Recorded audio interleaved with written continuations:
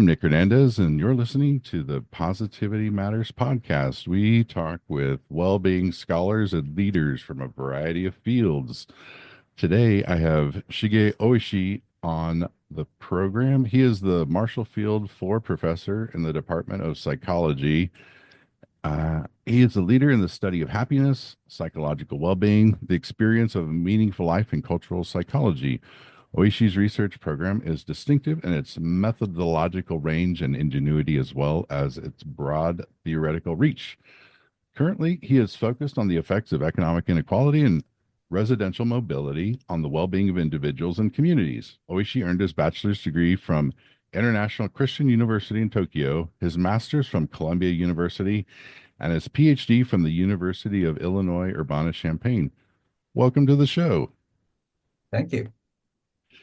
So I heard about your most recent book on psychological richness, and I found it to be very interesting, which is what it's about. Yep. So, uh, I would like to hear, um, I guess, maybe a little bit of how that focus came to be and why should people care? Yeah, definitely. I think, I've been studying happiness ever since 1995. And initially, my advisor at Dina was really focused on life satisfaction and happiness. In 1989 already, Carol Riff at the University of Wisconsin wrote a critical piece saying, happiness is everything, or is it? And she proposed essentially the more eudaimonic approach to well-being. So instead of the personal feeling of happiness, she proposed that the functioning, making difference in the world and so forth should be the golden standard for the well-being. So initially, it looked like happy life and then the meaningful life are sort of the polar opposite. One sort of the selfish pursuit and the other one selfless pursuit. But after getting a lot of data, for instance, in 2003, Martin Seligman and Dina have this paper entitled Very Happy People. So what differentiate very happy people from the rest of us? It was actually close relationships. So those Hmm. very happy people actually have a very close relationship, spend a lot of time with them. And also in 2008, Liz Dunn published this science paper where she shows that the spending money on others makes us happy rather than spending money on ourselves. So increasingly, it looked like the happy life and then the meaningful life are really similar and a lot of overlaps.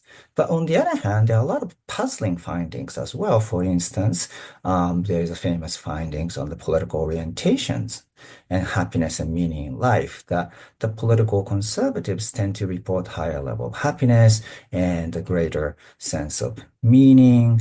And we also have the findings from 2009 papers where we look at the Facebook, friendship networks.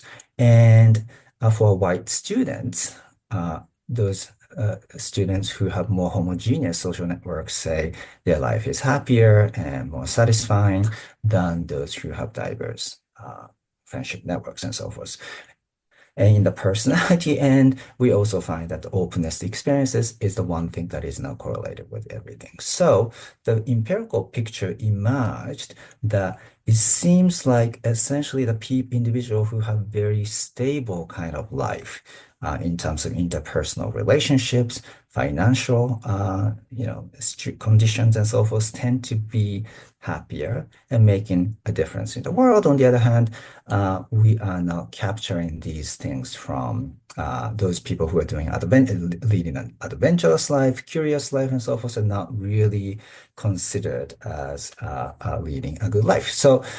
Basically, I came out of this very empirical background, noticing some of the biases of the concept of happiness and meaning, and we thought we need to open up the conceptual space in terms of more adventurous life, curious life, life of explorations. But also, I mean, personally, in 2015, right? I started PhD in 1995, so I had already studied happiness and meaning for 20 years. And I asked myself, am I happy with my life? And I say, yes. Do I find my life to be meaningful? I say, yes. But at the same time, when I ask, is that the full life? I really couldn't say yes. And when I talk to my graduate students and postdoc, is happiness, well, somebody who says they're happy, find their life to be meaningful, are they leading a complete, full life? Half of them say, what are you talking about? Of course. Don't be so greedy. I mean, if you have happiness and meaning, that's great. But at the same Mhm. time, the rest of them say, yeah, maybe something is missing. And we started thinking about what is missing. And also, there are lots of people out there who say their life is not meaningful. They don't find happiness in their life yet. From observer's perspective, seemingly leading a very admirable life. Oliver Sacks, who suffered from depression for a long time and didn't have a partner for the longest time and so forth. Um, in the end, he found the love and found everything. But at the same time, for the longest time, I think his life of being the Hells Angels and enthusiastic weightlifters and drug users and swimmers and changing professions and challenging the boundary, I think his life is probably better captured as a psychologically rich life, a very, very interesting life. Similarly, Daniel Kahneman, who won the 2002 Nobel laureate in economics, also described himself as having led a very interesting life, not the meaningful life or happy life, very dramatic, eventful life. So we thought there is something real about it that even those who say they're not happy, they're meaningful, perhaps they're leading something life of worthy. And we decided to call it psychological rich life. Thank you for fleshing that out. That is awesome.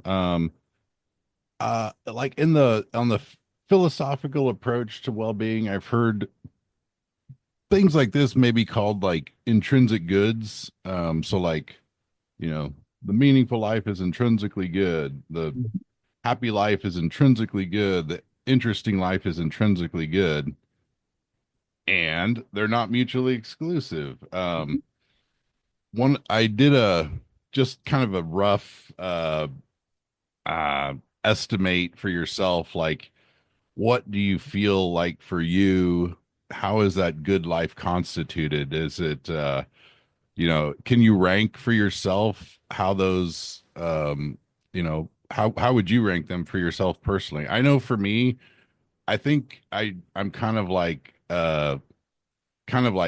half-assed on the meaningful life because I'm really focused on like the generative side of benevolence, but like not so much on the compassionate side. Not that I would, I don't want harm to come to anybody, but it's more like I want to like, you know, have more mentoring programs and like that's my personal focus and what brings me joy and meaning. But I think it's, really, I think it's the doing things that are interesting is what really drives me. So I think for me personally, I put that at the number one. And Mhm. I didn't realize that before your work. The meaningful life, number two, and then the happy life, uh, number three. Mhm. Yeah, so we have the data from a lot of Americans as well as a lot of people in the world. And in our data, from about 1,500 Americans, about 63% of them say happy life. So if I ask them, okay, let's imagine there are three types of good life. Happy life, where your life is pleasant, comfortable, enjoyable, and a meaningful life where you're making difference in a few, chosen area. And number three, psychologically rich life, where you go through unusual experiences, interesting experiences, and so forth. If you had to pick one, which one would you pick? And essentially 63, 64% of Americans pick, I want happy life. Mhm. And another 25%, or so pick meaningful life. And very small number, usually 13 to 15% pick psychologically rich life. So it's a minority, but if I ask in a reverse way, so tell me what's your biggest regret in your life, right? Then that's a very different question.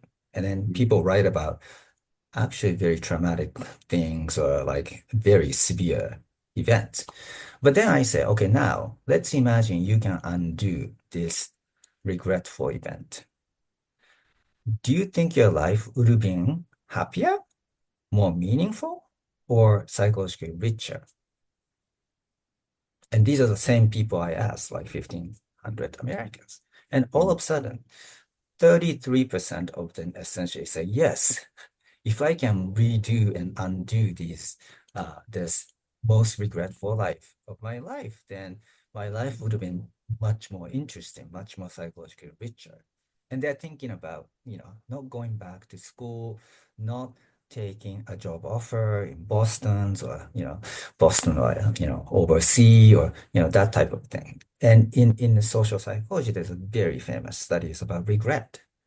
When we think about what we regret, like recently, then it's a regret of action, something stupid that we said or did to somebody else. On the other hand, if we ask, what's your biggest regret in your life, the long term, then it's a regret of inaction, the things you could have done but didn't do. So, so once you do that, then you see a lot of people say, "Oh, my life could have been a lot more psychologically richer," and maybe, implicitly they do value psychologically rich life. If you ask reverse way, but if we Mm. ask just a straight away, then a lot of people say, "I want happiness." Are you willing to share how you would rank them for yourself Me, personally? for Yeah. myself, right now, I would say happy life. For me, partially because I already had a lot of psychological rich experiences. I don't need any more psychological richness. So that's a very different reason, I think. Nice. Yeah. I this is coincidental, but I learned about positive psychology in about 2006, and I've seen all these different models, and Yeah. I tried to kind of integrate like all the different things that I've seen, and um Happy Life is the acronym that I came up with. So then, you know, I see it in the book, and it's just like it makes me happy to see people saying Happy Life. But I was wondering if what I was shooting for here. So health, aesthetic experience, play, pleasure, yes saying, life, information, friendship, and engagement. Just kind of they're kind of contorted just to be able to make an acronym. But like I think yes saying is basically like my proxy for meaning and purpose. What values do we say yes to? Basically, I think you can sort of break those things down into like values. Um, what I was shooting for was something that's like, kind of empirically valid, then also like philosophically sound. At the Mhm. philosophical level, I was shooting for something that is like comprehensive, like, maybe like think about all the things in your life that you would describe as like good experiences, and could could we come up with a set of categories that you could use to classify all the good experiences? And would this like set of nine would you be able to use one of these to like label every good experience that you've ever had? And if someone can find an example that can't be captured by these, then I know my list is incomplete. And then at the same time, I'm shooting for irreducible simplicity. So, like, if you were to take one of these away, I think that it would be, you would say something's missing.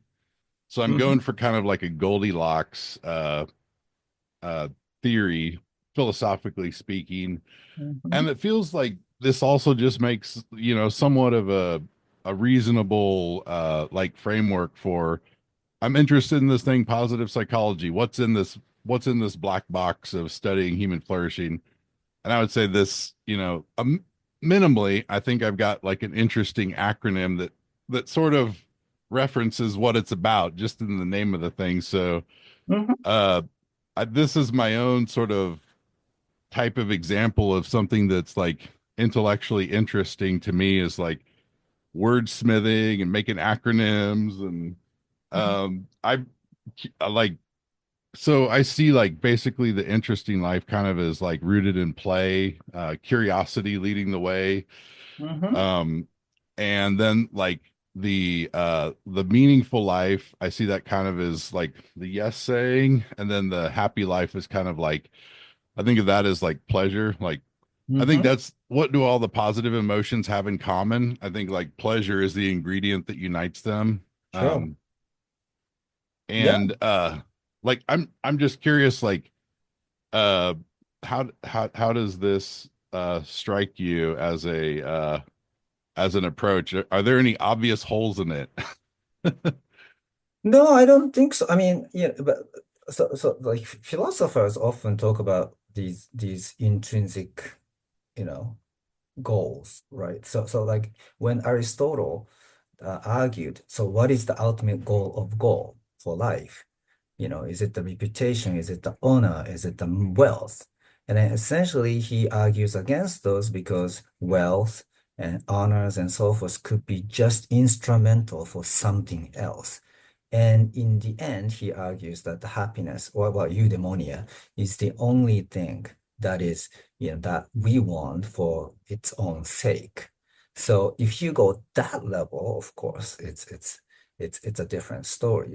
But in terms of like what positive psychologists have talked about, I think the biggest one is positive emotions, relationships, and engagement. So I think you got all these, the core elements. And the PALM, the Marty Seligman's one also has the health. Well, he has achievement, I think, and maybe some information or something is related to achievement. So I don't know, but I think this Mhm. this is very, very comprehensive, and I think Happy Life, the acronym, is really, really great. Oh, thank you. On the friendship one, this I think there's some dynamics of friendship that like close friends like kind of like we enjoy each other's company, we're there for each other, we bring out the best in each other. I think those kind of corresponded like the enjoyment is usually like the like playfulness, things you enjoy doing in common, and then the positive emotion side of it, and then we're there for each other. I think that's like sharing the negative emotions kind of, and the compassionate, like, preventing and alleviating suffering in your friend's life, and then the generative side of it.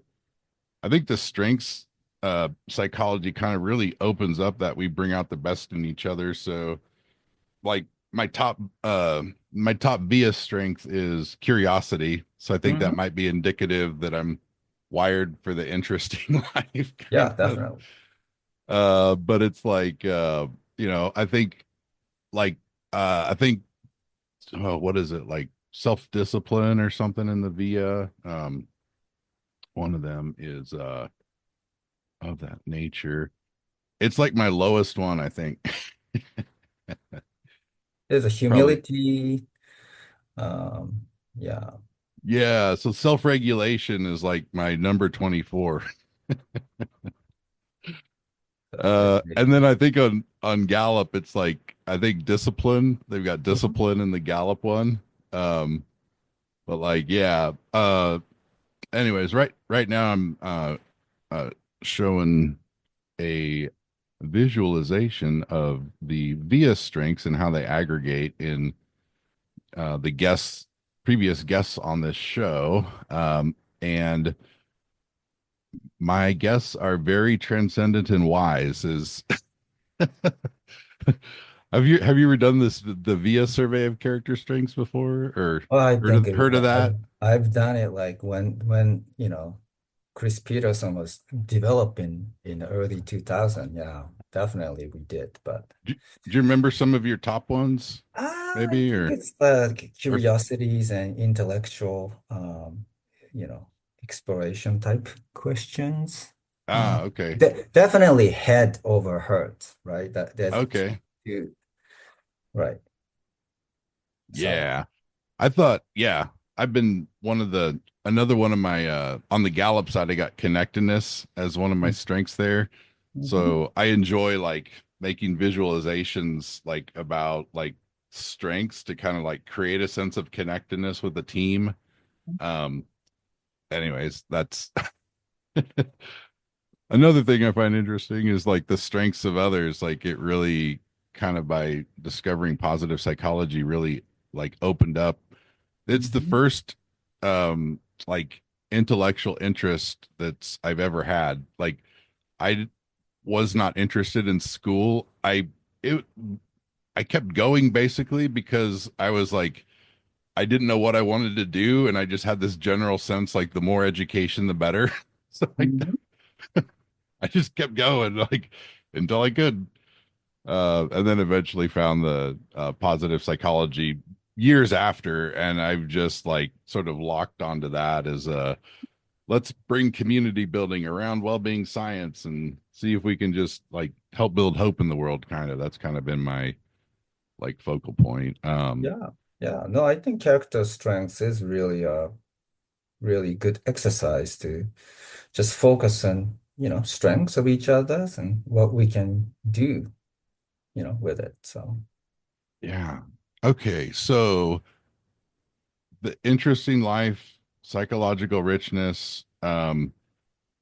I would not be surprised if some philosophers circle around that and like kind of this generative reinforcement between the psychological research and the philosophical reflection.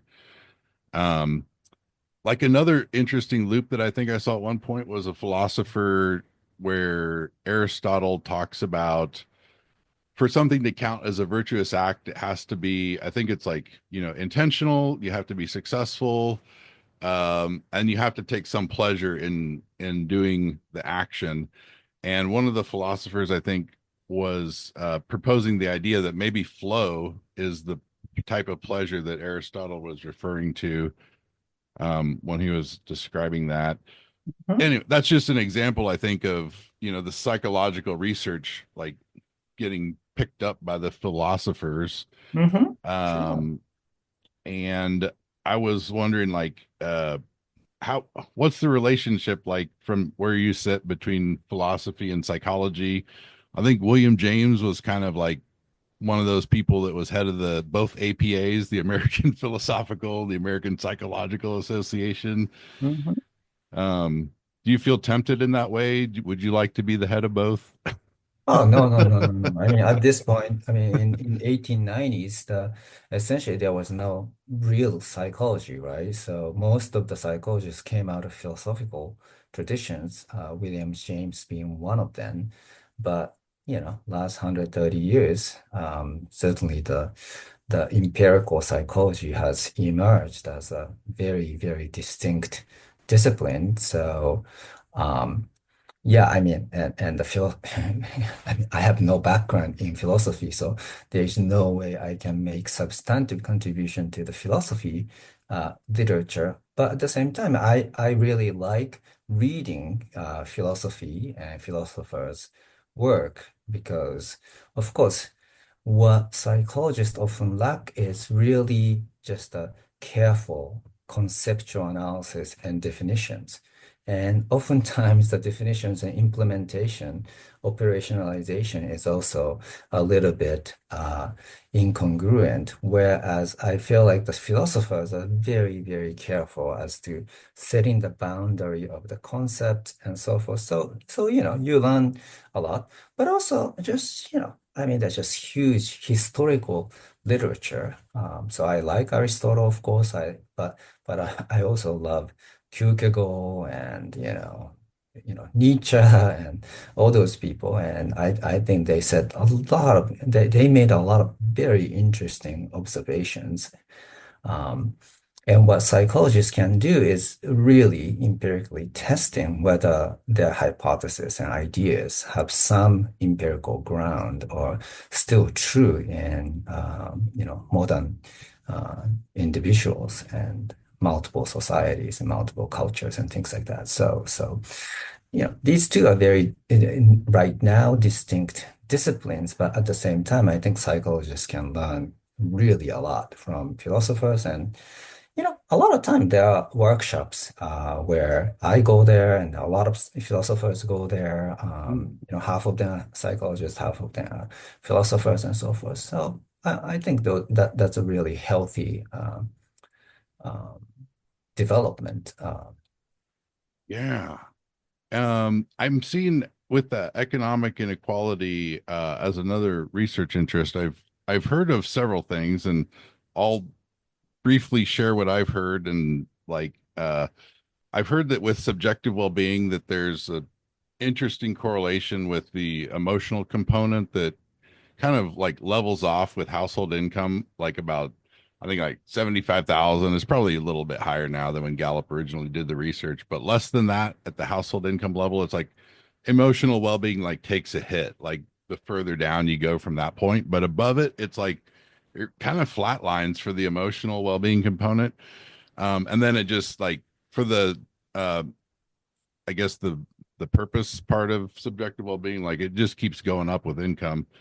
um, but then, okay, so then another thing I heard was uh, like between different racial groups, like the lower income of among racial groups, like like whites have lower levels of hope and meaning in life, and that the like blacks and Hispanics have like a higher meaning in life for similar levels of lower socioeconomic status, and that the white population is experiencing like higher deaths of despair, like the overdose, suicide, liver failure, stuff like that. And that it's inversely correlated with hope, and that hope is kind of like a leading indicator of deaths of despair, and maybe even a better proxy for this actual thing that we're trying to get at when we talk about well-being than subjective well-being. Um, and oh, one little tangent. I think Corey Keyes had this idea of languishing, and like flourishing, and I think he was a student of Carol Riff, and Yep, he he seems was. to have that approach of you know, functioning well leads to feeling well. And I think some people they see it the other way, like they're and maybe some people do experience that more strongly. Like if they feel well, then they function better. Maybe that's a variable from person to person too. Mhm. But yeah, so uh, that's a little bit on what I've seen about economic inequality and well-being. Um, like what else is there? Well, I mean, so in terms of inequality, right? I mean, just in the United States, income inequality has grown since 1970s quite dramatically. And luckily, we have data, General Social Survey from 1972. Every survey included the happiness question. So we can see whether the the average American, these are national representative samples, so we can sort of guess whether Americans' happiness went down as income inequality grew. So we have a paper in 2011 with Edina and Celine Casabier showing that essentially that's exactly what happened. Right, from 1972 to 2008 at the time, just essentially in the year of greater income inequality, Americans report lower level of happiness. But if you slice it differently, if you just look at the poorest 20% of the happiness and the richest 20% of the happiness over time, then from 1970 to 2008, the richest 20% of Americans' happiness haven't changed that much. It is really the bottom 20%. It just shut down. Mm. really down. And it was really explained in part by the lack of general trust. So in 1970s, the lowest 20% of Americans still trusted, strangers and others. As income inequality grew, people stopped trusting others. Also, sense of fairness disappeared. So these two things definitely account for some of the declining happiness among American population, in particular, the lowest 20%. And also, you can see that money and happiness correlation changed over time. So in 2022, we have a paper in PNAS Nexus showing that in the 1970s, income happiness correlation was merely zero point 0.1 to zero point 0.5. Over time, it got more stronger, stronger, stronger, stronger. So now we are talking about money and happiness correlation of zero point 0.2 to 0.25. And this is not just American phenomena. Most of European countries shows that essentially the same thing. The income happiness correlation has grown over time, with the exception of Latin America, where since 1990s, income inequality remains same or actually got reduced. So in Latin America, money and happiness correlation haven't changed that much. But the rest of the world, where income inequality grew, um, income happiness correlation grew. Therefore, exactly what you told us. So when I was in graduate school in 1995, essentially people are saying up to the poverty level, today is like 25 to $30,000 a year, right? Up to that point, money matters. After that, it doesn't matter. But then in 2006, that economist reanalyzed the data and then said, well, today's $75,000, maybe up to that point, it doesn't matter, but up to that point, it matters. After that, it doesn't matter. 2010, Angus Deaton and Dan Kahneman came and as a revised that, and essentially it's like $100,000. And then in 2021, Matt Killingworth came along, and essentially it's just income happiness correlation go up, up, up, up, up, even with the emotional well-being, not just Oh, life satisfaction. So it has changed quite a bit, but I think in part due to the nature of wealth inequality in the United States. So that's okay. definitely that. I mean, there are a lot of changes in our understanding of how money and happiness yeah, are correlated over time. And income inequality is really seems to be playing an important role here. Yeah. Yeah, that's interesting. This you have a there's a fellow Chicagoan, David Williams at DePaul. He came out with a book fairly recently, and I think he set aside income inequality and was looking at the arguments against wealth inequality, going back to like I think Sparta and Athens, and I think Sparta did more to redistribute wealth in terms of land than Athens, Mhm, and I think that greater distribution of wealth, less inequality in terms of wealth, mhm, created a better sense of camaraderie, and is, mhm, I think, part of why Plato, attributes like why did Sparta win, kind of. mm. Interesting. um, Yeah, yeah, that yeah, makes then sense to me. That makes sense. and And the then whole time, yeah. yeah, sorry, you go ahead. I mean, you mentioned also the despairs and the racial variations in hope and things like that. I think hope plays a huge, huge, huge role. And Edina and myself looked at the meaning in life using the Gallup data from 130 countries, and the pattern is really different. If you look at the happy nation, it's average happiness of the nation, then it's a wealthy nation.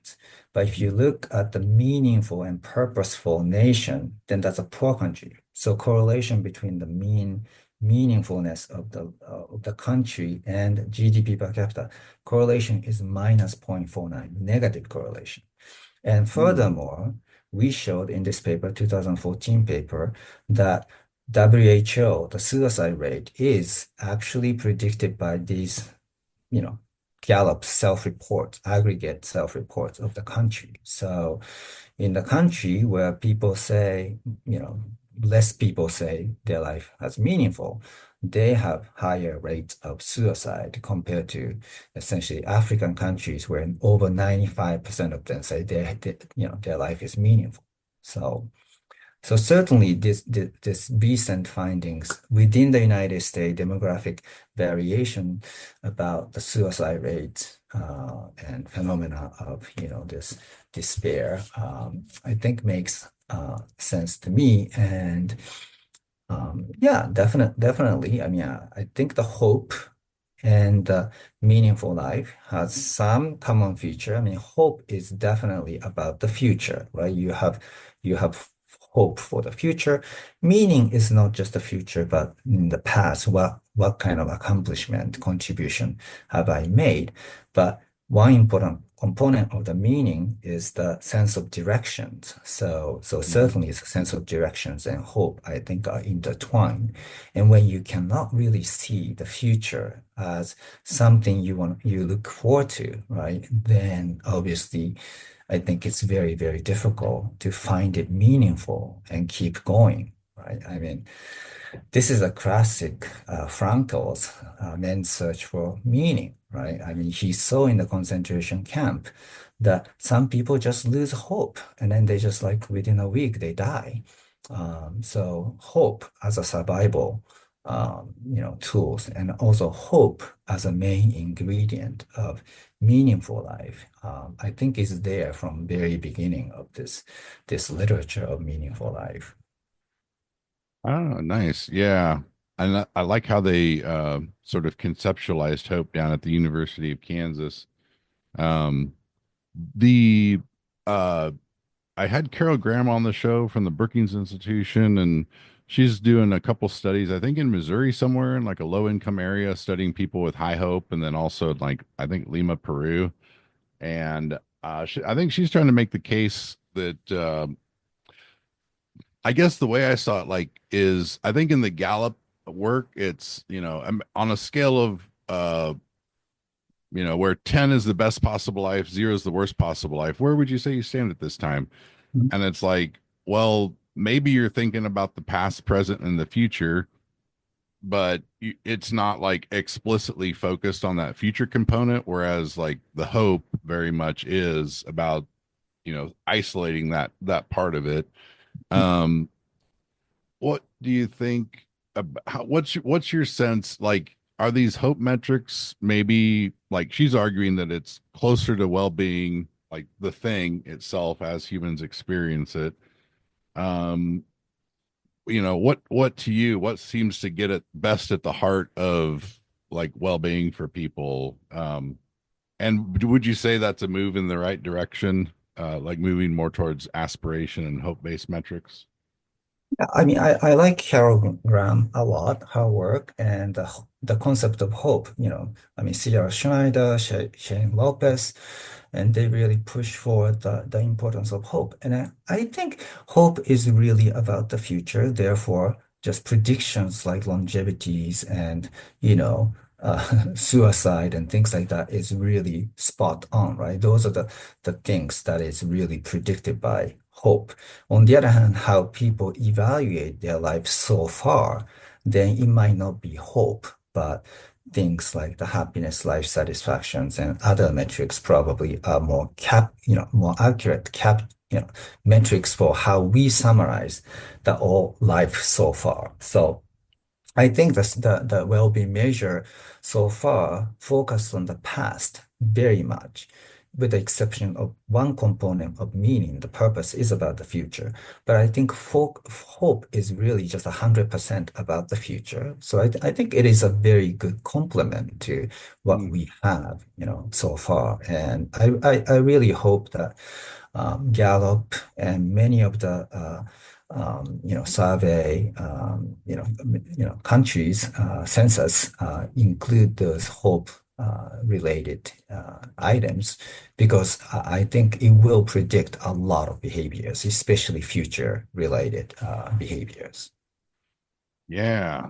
As we're talking, I'm wondering, like, if there's a correlation between the like mode of pursuing the good life and like wealth inequality. Like I'm kind of thinking like, if you have a lot of wealth and high income that's stable, you've got more resources to plan for the future. Mm-hmm. Um, whereas you know, being spontaneous and letting curiosity lead the way, Mm-hmm. it's like maybe I'm wondering if there's like a relationship between the realization of the meaningful life and like the wealth. And so I'm thinking like maybe as a person's wealth and income goes down, it's like it's more difficult to pursue a meaningful life. Maybe if you've got lots of insecurity in your life in terms of, where are you going to sleep? Where's your next meal coming from? That kind of thing. Sure. Maybe you're kind of forced into like, you still want to live a good life. Like, so is maybe like psychological richness and the interesting life is the poor man's good life. Is that? Yeah, I mean, I've seen that some people in a very difficult financial situation find still life to be meaningful.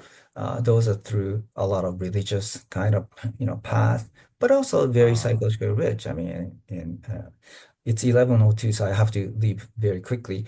But okay. when I was spending sabbatical in Buenos Aires in 2007, it was right after IMF crisis, so it's like 30 to 50% unemployment. Mm, And whenever I go to coffee shop, in the carb, they put the garbage on, Monday, Wednesday, and Thursdays, and people come and try to, you know, pick up something from the trash.